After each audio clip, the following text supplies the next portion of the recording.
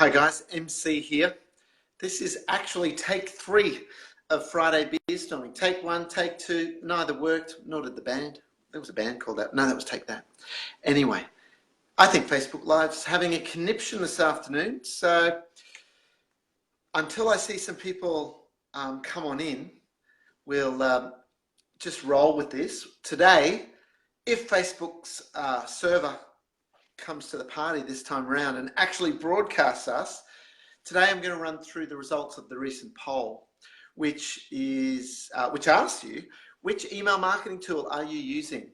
Now, that's a broad question, but we're talking to accountants and business advisors, bookkeepers, financial planners in that space. So we were really interested to know what tools you're using.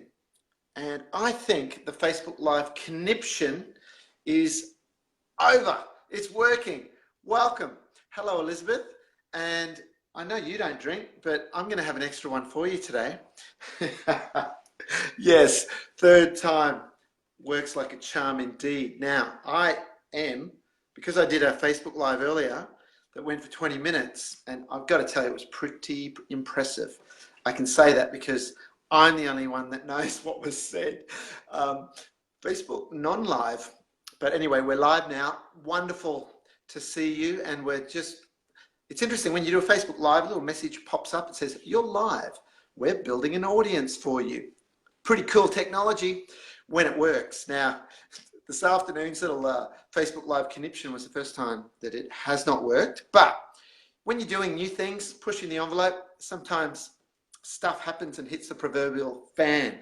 But I do need to share with everyone, one of my favorite sayings is, when things are going wrong, you're stressed, things are not working, is if you think you can one day look back and laugh, why wait? So I've been having a little bit of a chuckle about the technological debacle this afternoon with Facebook's Live not working. Maybe it was too many beers. You're dissing me, Elizabeth. No, it's not.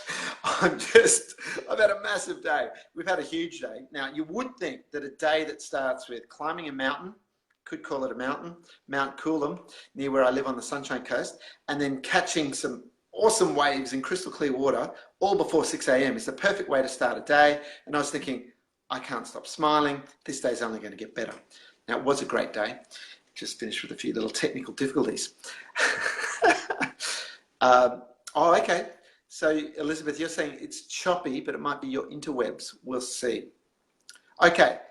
Now that we know that Facebook Live is streaming, keep the feedback coming through, by the way, as we go, and enter comments. Now, whether you're watching this live or whether you're watching the video later, which the metrics tell us is usually what happens. Most people watch this later. I was talking to someone out of the United States and also someone out of Singapore this week, and each of them independently said, I've been loving your Facebook Lives. And I said, oh, do you watch those live? And they each said, no, we watch them later that night.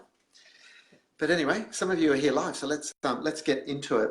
So the poll this time round was asking you, which email marketing tool do you use for your email newsletters and for your email broadcasts? So I'll run through the results, we'll announce a poll winner, and I'll also share with you some tips about how to get better results with your email marketing. Now, I do have a beer today because of the earlier take 1, take 2 in Facebook Live that wasn't actually broadcast. I did have one earlier, but look, they're mid-strength. I am perfectly sober, but I'm just going to have one now. I'll do my best not to knock that off the table. Okay, so the question about which email tools. Number one, not surprisingly, came in as MailChimp, being the most popular tool that those who took the survey are using to send out email broadcasts. Now, one of the reasons I'm not surprised is it's a great tool, but also that we've been promoting MailChimp from very early days when it first started. In fact, when MailChimp started was similar to when Paradox started 6 or 7 years ago. And I actually know the co-founder there, Ben Chestnut, who's a fellow industrial designer by qualification, as I am. We had some really good chats in the early days of what they're trying to achieve with MailChimp. They've morphed and evolved their business model and paradigm when they started, they just saw themselves as it's an email newsletter broadcast tool. They now actually understand and get that, well, from a business perspective, the purpose of an email newsletter is to generate a return on investment, and email newsletters are just one way that you can use MailChimp. Now, for those of you, because 54.5% of people who did the poll said they use MailChimp, a couple of tips on MailChimp. Firstly, if you're on the free plan, and they do have a forever free plan, which is pretty cool, upgrade to the paid level, because when you upgrade to the next level up, you get some really useful features that will allow you to extract a better return on investment, better results. And if you're going to go to the effort of doing an email newsletter, you may as well pay that little amount, something like $10, $15 US a month, and get better results. Because, for example, we help firms do their email newsletter. That's one of our services. We also design MailChimp templates and help people set up their MailChimp accounts, get their list in there, help them set up fields so they can segment their list and do broadcasts to just portions of the list rather than the same message out to everyone every time. But one of the features that is very useful, and I'll explain why, is A/B split testing of subject lines. So when you think about the subject line of an email, it is the equivalent of the headline of an advertisement. Now, a headline, as a trained copywriter as well, advertising copywriter, the headline of an ad or a flyer, a brochure, or a web page, it's described often as the ad for the ad. So it's advertising, it's selling the benefits of actually reading the rest. So an email subject line, if you're, depending how your email inbox or someone's email inbox is organized, it's competing, isn't it, against a whole bunch of other subject lines, inviting the click or inviting the drag to the folder read later, which is code for might not ever read it. So with the subject line, the open rate of your email is hugely affected by it. Also, the sender, the from name, is something else you can test. But with the A/B split testing, here's what I suggest you do if you have access to that feature. Do option A. So one subject line, option A, with maybe a traditional structure to the subject line, such as, let's say your newsletter is The Buzz newsletter by XYZ firm, and then, May edition, whatever. So a conservative standard structure to the subject line. It's really important to test in marketing, because testing is feedback. You can read things, go to seminars, listen to advice and go, such and such said this way works best, must work best, I'll do that. But it might not work the best for you. Example, I read a report by MailChimp once about the best structure of subject lines for email newsletters. And they had advice in there like, include your brand name in the subject line. Include the name of the newsletter and, the timing of it, whether it's spring, summer, May, April, whatever. And I thought, okay, here's the data. They're getting better open rates. The data was aggregated out of all of the Facebook users. And I thought, let's try that. Now, prior to that, we were doing headlines or subject lines on our email newsletters that use the FBI formula, that is a structure that we've evolved. And it's just a mnemonic for remembering flagging words, benefit, and intrigue. More about that some other day. But basically using a headline to grab attention and to intrigue people to want to click. But we switched to this way because of the data. Our open rates started to fall. And we thought, isn't that interesting? But MailChimp said to do it that way. There must be some other reason that the open rates are lower. Let's stick to that formula because the data says that's the way to go. But after a few months of that, I thought, no, I am going back to using the FBI formula for headlines, which, by the way, we teach in the Modern Marketing Academy. If you're an accountant or advisor and you've not gone through the academy, you're at a disadvantage to those who have. So check that out. Drop us a line, we'll tell you about it. So anyway, we switched back to the previous way we were doing with good headlines as the subject line, and bam, in the graph, there was a spike back in the traffic in terms of, the open rates and the subsequent click-through rates, or CTR, which is another statistic you can get from your email newsletters.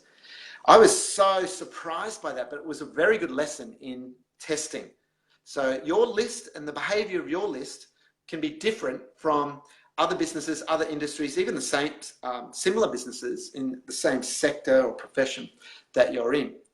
Back to the MailChimp A/B split test. So let's say you were wondering, should you go for that sort of conservative, consistent approach to a subject line, or should you do an FBI formula with flagging words, benefit and intrigue.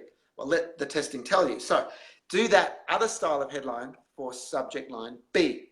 Now there's a little slider in MailChimp where you can say, what percentage of the list, so let's say 20% of the list, do you want to do the test on? So out of that 20%, 10% of your list will get subject line A, and the next 10% of your list, randomly selected, will get subject line B. And then what it will do is, when the test is over, it has a little time frame to gather data to see what percentage opens and what percentage of people click through. You can say, then send the email newsletter or broadcast out to the rest of the list, the remaining 80%, based on which you can specify either open rate or click through. Incredibly clever, because if one subject line is going to work way better, why send the email broadcast out to the entire list with that? So use A/B split testing, upgrade your MailChimp account.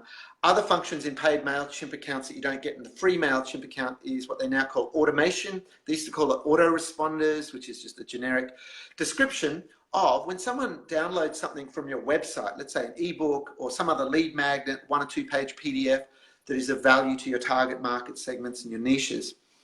You can have that set up in MailChimp and some of the other tools, which I'll share with you in a moment, so that when they download it, they automatically get subscribed. There's a little tick box that they agree to onto your email list. They get sent the PDF, and the automation allows you to set up a series of subsequent emails that goes to the person who just downloaded that piece of information. So you could send one out, say, 3 days after they download it, a simple little email saying, hi, John, variable merge field, first name. Hi, John, Jane, just wondering how you've gone with the ebook that you requested the other day. Did you download it okay? Hope you've had a chance to read it. If you have any questions, let me know. By the way, we have a video on that same topic in a blog post here. Little link, bam. So with the principle of commitment and consistency, and also liking, which are principles out of Cialdini's book, Influence, people will act in alignment or consistency with things they've done in the past. So you want to get people to do a series of little steps.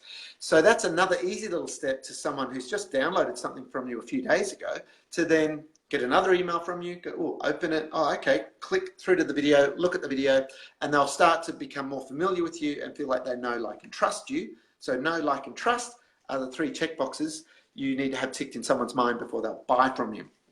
So that was MailChimp number 1. Some of the other ones, this second most popular one voted for is a newer one that's called Agile CRM.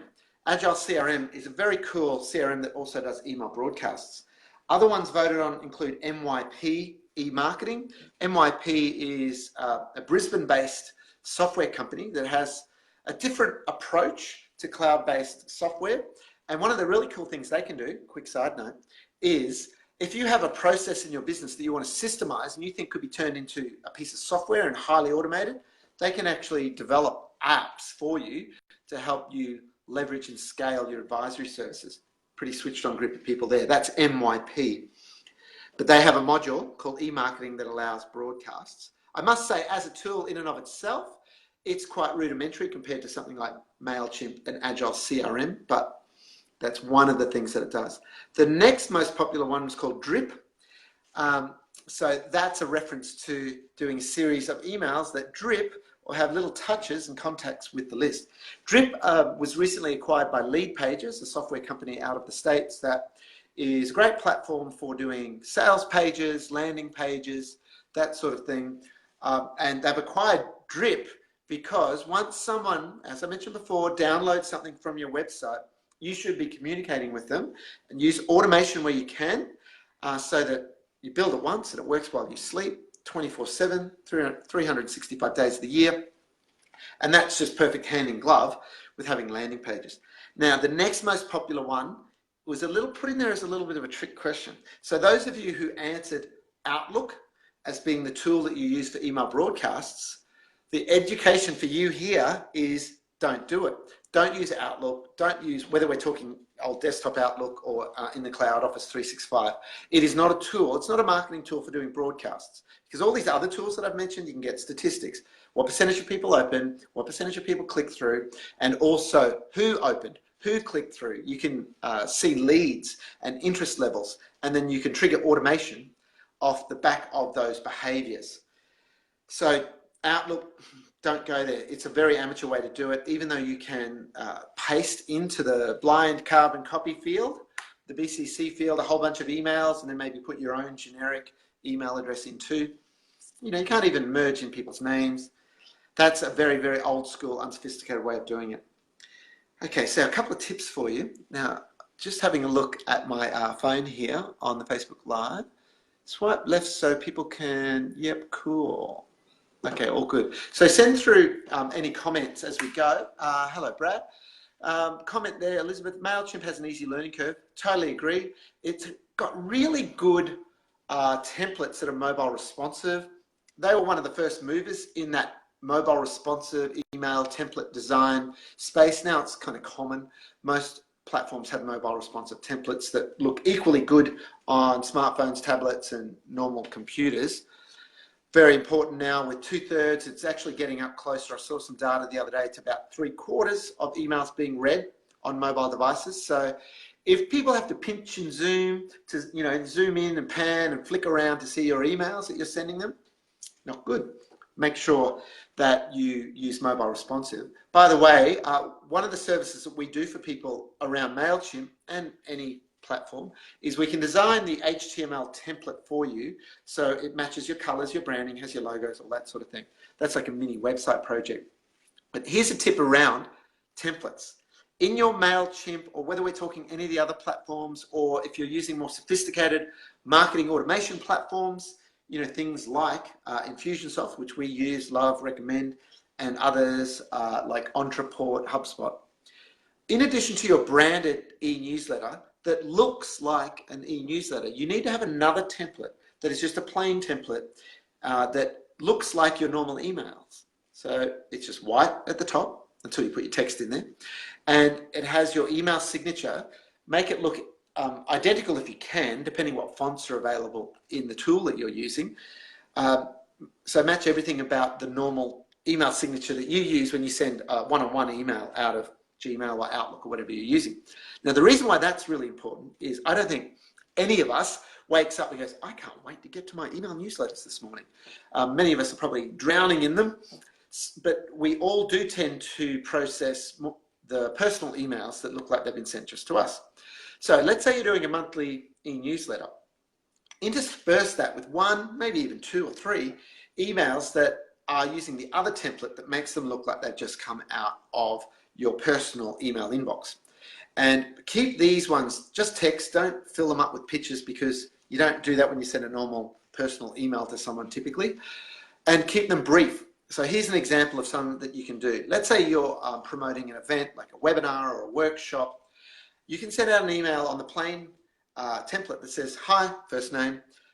Just a heads up that we've got the webinar coming up on Wednesday. If you've already registered, terrific. Look forward to seeing you there. If you haven't yet registered, click here to register and feel free to share that link with your colleagues and friends. So brief email, looks personally typed, great. Other types of emails you can do like that are, hey, we've got a new blog post on a controversial topic at the moment around whatever it might be.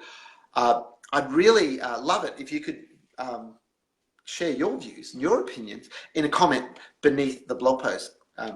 If you've got a spare 60 seconds to do that now, click here. Something like that, something brief that they don't really even have to scroll to read the entire thing. So that's gets a much, much higher open rate than a branded e-newsletter. Now, still do your branded e-newsletter, but mix it up.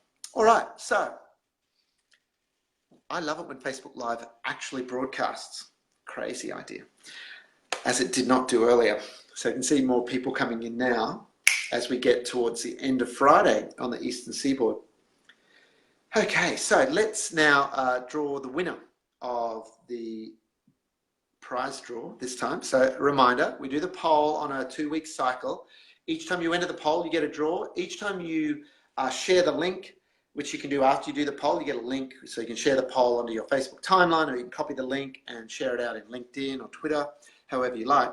Each person who does the poll from your link, that counts as another entry in the prize draw for you. So, you know, you can double, triple your chances of winning. The prize is either $450 marketing mentor consultation or 1 hour marketing consultation by me. We record that for you. You end up with a video of it afterwards where we guide you on your most pressing marketing challenge, perceived constraint, objective, current campaign.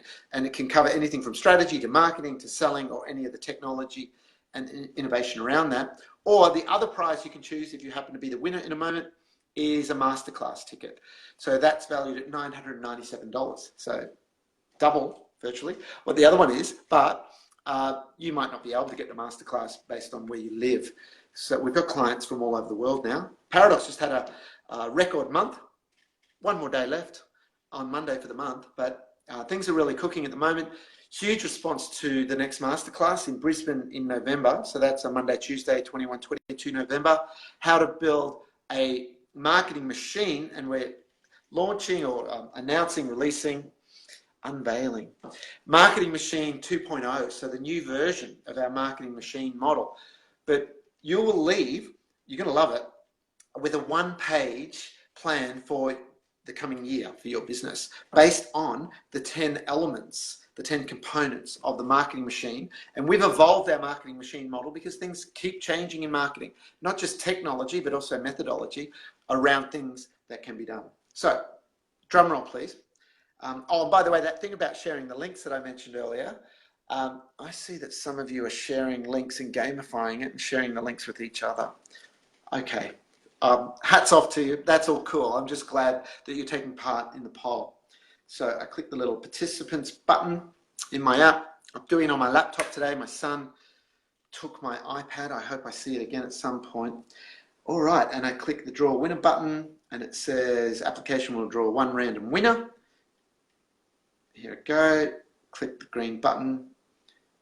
Okay. And the winner this time around is Sean Stubley. So Sean, if you're watching now or later, congratulations. You'll get an email from our team basically inviting you to pick, do you want the marketing mentor consultation or do you want the masterclass ticket? And if it's the consultation, we'll just make a time for that in the coming weeks. If you are coming to masterclass, maybe do the consultation face-to-face. Crazy idea. Occasionally I meet with people in real life. I get out from behind my computer if the therapist allows it. Anyway, thanks everyone for joining us today. Oh, and there's Antoinette. Hi, Antoinette. Rewatch this video a bit later if you come in late and you missed what I said about Outlook earlier in terms of using Outlook for your email broadcast system. There's far better ways of going about it. Well, enjoy the rest of your Friday. I hope you have a great weekend. And I hope you've had a stellar month this month in October as well. If you haven't, all you need to do is look upstream from your results, identify the lead indicators, and in any business at any point in time, there is one lead indicator. I call it your next leverage point, that if you address that measure, so it's a measure of activity usually, not results. If you address that measure, it will have the greatest effect with the least amount of effort on your business. So if you're not clear right now, if you don't have it up on your wall, what is your business's next leverage point, your current focus for improving your results? We should talk about that anyway. If you remember, just email us. We're going to cover in the first topic at Masterclass under the strategy area, how to identify leverage points in your own business and also for your clients' businesses. It's a very simple methodology. It's a little bit mathematical, a little bit scientific, but it's just logical, and you will nail it because I hear that you guys, generally speaking, are pretty good with numbers. So thanks for joining us today, whether you've joined us live or watch this video later. We'll see you again for Friday beer storming. Same, I can't say bad channel, same time, same place next week. Bye for now.